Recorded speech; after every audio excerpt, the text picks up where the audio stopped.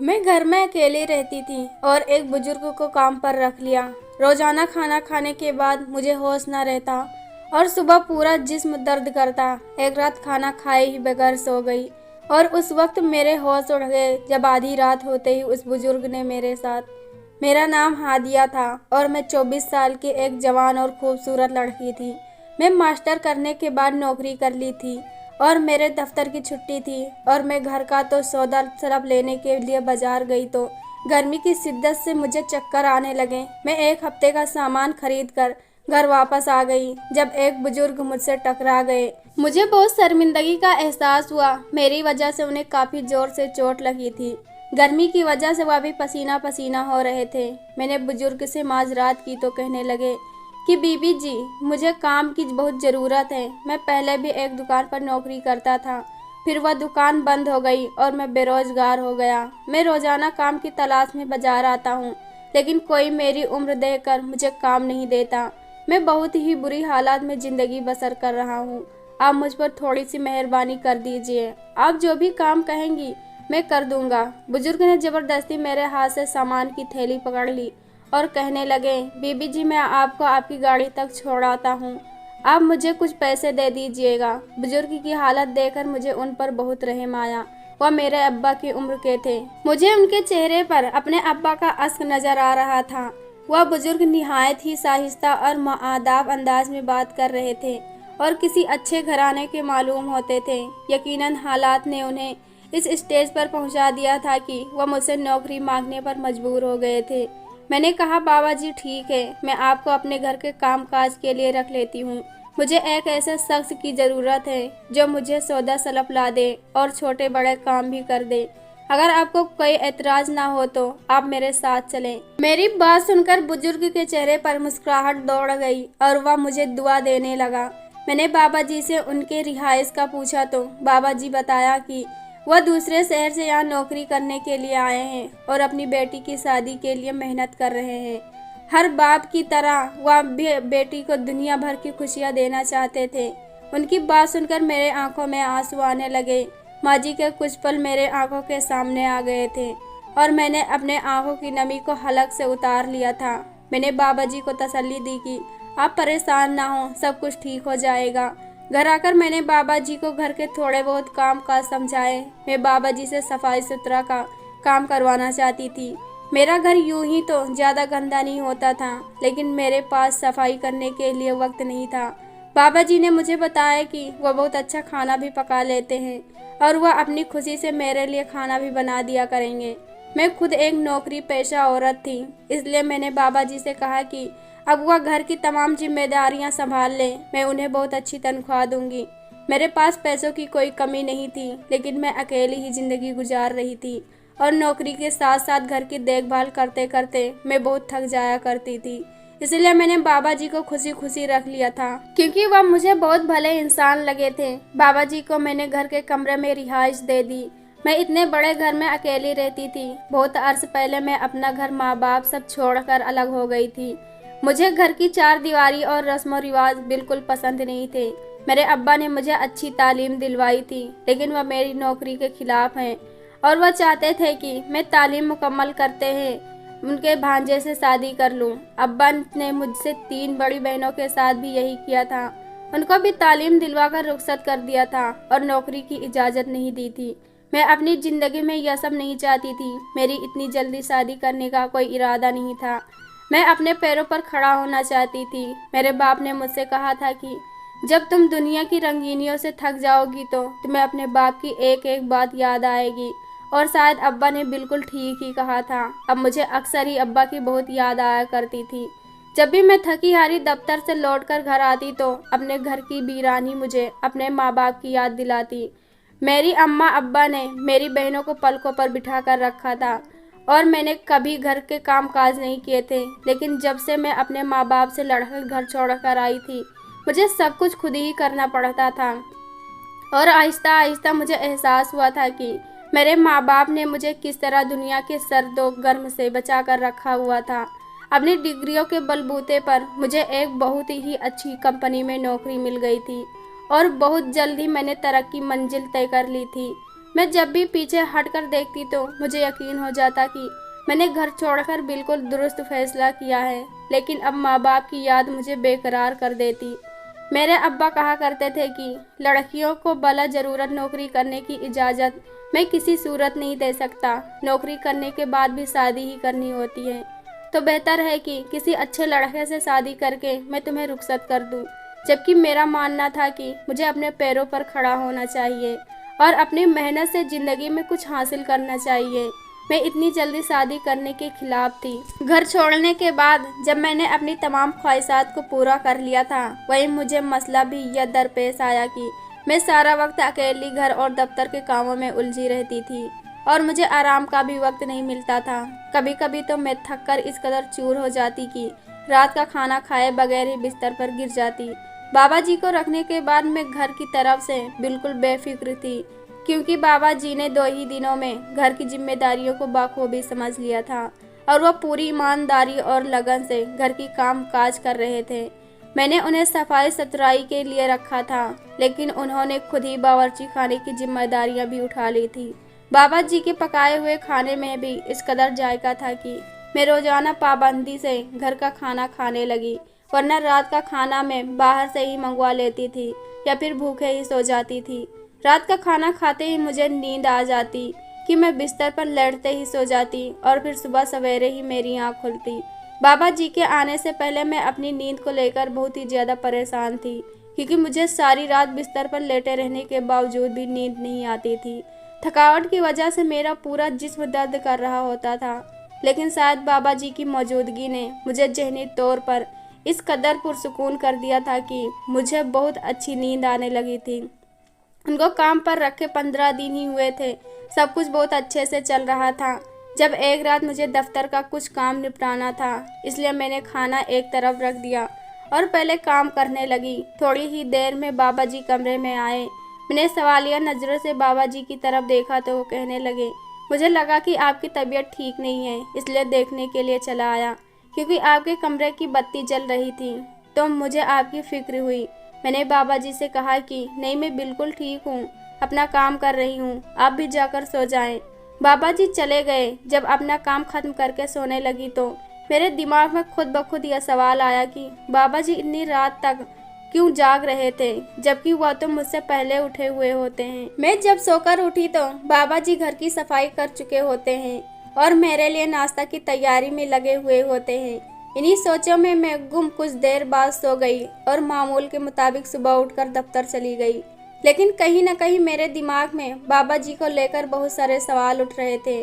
मैं बाबा जी को बिल्कुल भी नहीं जानती थी और मैंने उन पर इस कदर भरोसा कर लिया था कि उन्हें अपने घर में जगह दे दी थी। मुझे दफ्तर में पहले ही बहुत सारी परेशानियों का सामना था और अब ऐसे में बाबा जी को लेकर भी मेरे जहन में एक नई जंग छिड़ गई थी। वैसे तो मैंने बाबा जी को बहुत अच्छा और नेक ही पाया था। वह पाबंदी से नमाजों की अदायगी भी करते और दिल लगाकर घर के काम काज करते। मुझे उनसे कोई तकलीफ नहीं थी, लेकिन कल रात की बात ने मुझे कुछ उलझन में डाल दिया था। शाम को जब मैं घर वापस लौटी तो फौरन बाबा जी ने चाय बनाई और मेरे कमरे में ले आए। मैंने बाबा जी से पूछा कि उनके घर वाले कैसे हैं और उनकी बेटी की शादी कब है। बाबा जी खुद ही बताने लगे कि उनके घर वाले गांव में रहते हैं और बाबा जी को कई साल गुजर चुके हैं, वह यही नौकरी करते रहे और साल में एक दफ़ा अपने घर का चक्कर लगाते हैं। उनकी बेटी की शादी में 6 महीने बाकी हैं और बाबा जी को उसकी शादी की तैयारी करनी है, इसीलिए उन्हें पैसों की शदीद ज़रूरत है। मैंने बाबा जी से कहा कि आप फिक्र न करें, मुझसे जितना हो सकेगा मैं आपकी बेटी के लिए आपकी मदद ज़रूर करूँगी। वह मुझे दुआएं देते हुए चले गए और मैं सोचने लगी कि न जाने इस बुजुर्ग पर शक करके ठीक भी कर रही हूँ या नहीं। मैंने सोचा कि मुझे एक बार बाबा जी को आजमा लेना चाहिए और रात मैंने खाना नहीं खाया, बल्कि बीमारी का बहाना करके जल्दी से लेट गई। मैं आंखें बंद करके काफ़ी देर लेटी हुई थी, लेकिन कुछ भी नहीं हुआ। तो उठकर मैं सोच रही थी कि मैंने फिजूल में भी एक नेक इंसान पर शक किया और न जाने क्या क्या सोच लिया। इतने में दरवाज़ा खुला और वह बुजुर्ग कमरे में चले आए। मैं कमरे का दरवाज़ा लॉक करके ही सोने के लिए लेटी थी। बुजुर्ग ने यकीनन घर की एक्स्ट्रा चाबी से कमरे का दरवाज़ा खोला था। मेरी सांस रुक गई थी। रात के इस पहर न जाने मेरे कमरे में क्या करने आए थे। मुझे सोता हुआ देखकर वो वापस कमरे से बाहर निकल गए और मेरी सांस में सांस वापस आई। लेकिन उस वक्त मेरे पैरों तले से जमीन निकल गई जब उस बुजुर्ग के पीछे एक ऐसा शख्स कमरे में दाखिल हुआ जिसे मैं बहुत अच्छी तरह पहचानती थी, और मुझे यकीन नहीं आ रहा था कि वह शख्स आधी रात को मेरे घर में भी मौजूद हो सकता है। वह शख्स मेरे बिस्तर के करीब चला आया और मेरे पास बैठ गया। उसकी निगाहें मेरी वजूद पर थी। जैसे ही उसने मेरे चेहरे पर हाथ फेरा, मेरी जान निकल गई और मैं उठ बैठी। मुझे जागता हुआ पाकर वह शख्स भी हक्का बक्का रह गया। शायद उसे यकीन नहीं था कि मैं गहरी नींद में सो रही हूँ। मैंने फौरन ही कमरे की सारी लाइट जला दी और शोर मचा दिया। बाबा जी फौरन ही मेरे आवाज़ पर कमरे में चले आए। मैं गुस्से से बाबा जी की तरफ देख रही थी और वह नज़रें झुकाए खड़े थे। मैंने आगे बढ़कर उस शख्स का गिरबान पकड़ लिया। उससे सवाल किया कि वह रात के इस वक्त मेरे घर में क्या कर रहा है। हालांकि मैं अच्छी तरह जानती थी कि वह शख्स मेरे कमरे में क्यों आया है। मैं जब अपना घर छोड़कर नौकरी की गरज में निकली तो मुझे अंदाज़ा हुआ कि दुनिया में अच्छे लोगों के साथ साथ बहुत बुरे लोग भी मौजूद होते हैं जो आपके लिए मुश्किलात खड़ी कर देते हैं, खासकर जब आपके सर पर बाप का या भाई का साया ना हो। तो मेरी नौकरी एक बहुत बड़ी कंपनी में तो लग गई थी, लेकिन वहाँ का मैनेजर जो मेरा बॉस था मेरे लिए एक मुसीबत साबित हुआ था। मैं जवान होने के साथ साथ बहुत खूबसूरत भी थी और यही बात मेरे लिए परेशानी का बायस बन गई। उसकी बेबाक नज़रें हर वक्त मेरे वजूद पर जमी रहती। वह उधेड़ उम्र मैनेजर मेरी खूबसूरती पर पूरी तरह फिदा हो गया था और उसने दफ्तर में मेरा काम करना मुश्किल कर दिया था। वह बहाने बहाने से मुझे अपने कमरे में बुलाता और मेरे करीब आने की कोशिश करता। मैं जितना उसे बचने की कोशिश करती, वह जानबूझकर उतनी ही मुझे तंग करता। जब मैं उसके कमरे में न जाती तो वह खुद मेरे कैबिन में चला आता और मुझसे इस तरह की बातें करता कि मैं शर्म से पानी पानी हो जाती। मैं जानती थी कि उसकी नीयत में फितूर है। एक दिन वह मुझसे कहने लगा कि वह मुझे बहुत अच्छी प्रमोशन दिलवाएगा अगर मैं उसकी ख्वाहिश को पूरा कर दूंगी। मुझे अच्छी तरह मालूम था कि उसकी ख्वाहिश क्या होगी, इसीलिए मैंने एक जोरदार थप्पड़ उसके चेहरे पर मार दिया। मैं सोच भी नहीं सकती थी कि वह इतनी बड़ी कंपनी में काम करने वाला मैनेजर इतनी घटिया सोच का मालिक होगा। मैं उसकी बेटी की उम्र की थी, लेकिन उसे फिर भी मेरे साथ इतनी घटिया बात करते हुए कोई शर्म महसूस न हुआ।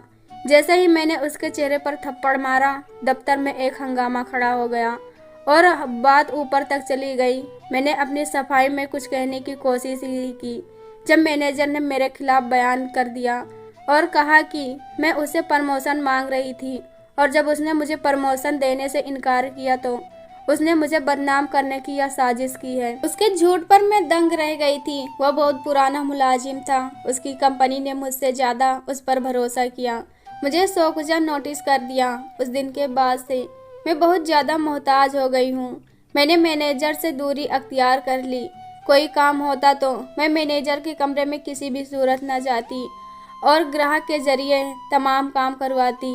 काफ़ी अरसे से मैं उसे मुस्तकिल नज़रअंदाज कर रही थी क्योंकि मेरे लिए यह नौकरी बहुत अहम थी, लेकिन मैं नहीं जानती थी कि उस मैनेजर ने मेरा पीछा अभी भी नहीं छोड़ा था, बल्कि वह तो अपनी बेइज्जती का बदला लेना चाहता था।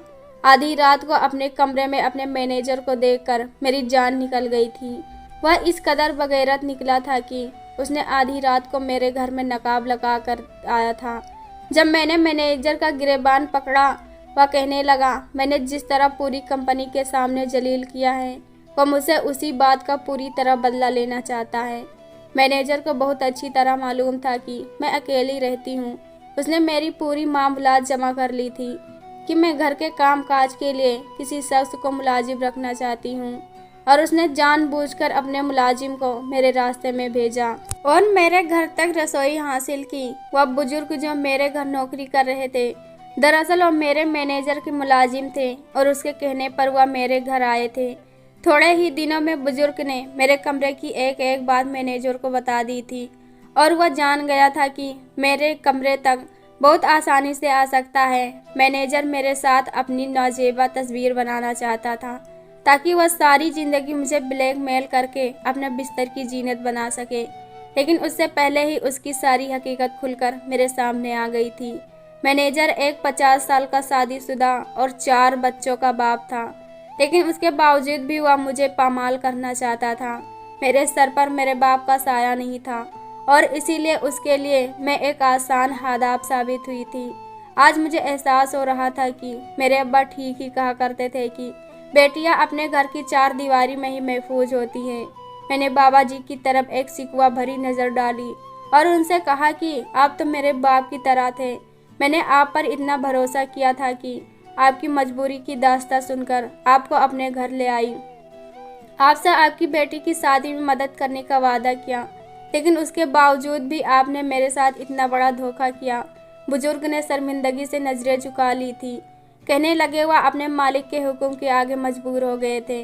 उनके मालिक ने उनसे कहा था कि अगर वह मालिक का यह काम करेंगे तो वह मालिक उनकी बेटी की शादी धूमधाम से करवा देगा और वह अपनी बेटी को दुनिया की सारी खुशी देना चाहते थे। इसीलिए वह उसकी बात मान गए। लेकिन आज उन्हें एहसास हो रहा है कि अपनी बेटी के खुशी के लिए उन्होंने किसी और की बेटी की इज्जत को दांव पर लगा दिया था। मैनेजर अभी तक मेरी कोई तस्वीर नहीं बना सका था, इसीलिए मैंने फौरन पुलिस को फ़ोन करके बुलाया और उसी पुलिस के हवाले कर दिया। बुजुर्ग ने मुझसे माफ़ी मांग ली थी। उन्हें अपनी गलती पर पछतावा था। वक्ती तौर पर वह अपने मालिक के बातों में आ गए थे, लेकिन वह दिल से एक अच्छे इंसान थे। मैनेजर की गिरफ्तारी की खबर जब कंपनी में पहुंची तो उसे नौकरी से निकाल दिया गया और बुजुर्ग को अपने ही घर में नौकरी दे दी। मैं अपने माँ बाप से पहली दफ़ा मिलने के लिए अपने घर जा रही थी। मैं उनसे मिलने के लिए बहुत बेताब थी। मैं उनसे माफ़ी मांगना चाहती थी, क्योंकि अब मुझे बहुत अच्छी तरह मालूम था कि मैं कितनी गलत थी। पहले मुझे अपने वालिद की बातें बहुत बुरी लगा करती थी, लेकिन अब मुझे पता चल गया था कि कहीं न कहीं मुझसे ज़्यादा जमाने की खबर रखते हैं। जब मैं अपने घर पहुंची तो मेरे माँ बाप मुझे देखकर बहुत खुश हुए और मेरे अब्बा ने सब कुछ भुलाकर मुझे अपने गले से लगा लिया। मैंने अब्बा को बताया कि मैं बहुत अच्छी नौकरी कर रही हूँ और अब मैं शादी करना चाहती हूँ। मेरी बात सुनकर अब्बा मुस्कुरा उठे और कहने लगे कि तुम्हें जो भी लड़का पसंद आए हम तुम्हारी उससे शादी करवा देंगे। मैंने अब्बा से कहा कि मुझे सिर्फ नौकरी करने की ख्वाहिश थी, मैं किसी को पसंद नहीं करती और अब्बा आप जिससे कहेंगे मैं उसी से शादी कर लूँगी। अब्बा ने अपनी पसंद से एक ऐसे लड़के से शादी करवा दी जिसे मेरी नौकरी पर कोई एतराज़ नहीं था। मैंने एक सबक हासिल किया था, जिस औरत के सर पर किसी महरम मर्द का साया नहीं होता, जमाना उसे नोचने के लिए तैयार रहता है। इंसान अपने शादी के बाद भी अपनी ख्वाहिशों को पूरा कर सकता है और मैं भी नौकरी करके अपनी ख्वाहिश पूरी कर रही थी। कहीं न कहीं मैं अब्बा की नज़रिया से मुताफिक थी कि औरत को बिना ज़रूरत नौकरी नहीं करनी चाहिए। आप भी कमेंट करके बताएं कि औरत की नौकरी को लेकर आपकी क्या राय है। क्या औरत को ज़रूरत के तहत ही नौकरी करनी चाहिए? क्या औरत को ज़रूरत के तहत ही 4 दीवारों से निकलना चाहिए, या फिर अपनी ख्वाहिशात को पूरा करने के लिए भी वह नौकरी कर सकती हैं? दोस्तों, यह कहानी कैसी लगी कमेंट बॉक्स में ज़रूर बताएं। वीडियो को लाइक करो, चैनल को सब्सक्राइब करो। हम ऐसी कहानी आपके लिए लाते रहेंगे। धन्यवाद।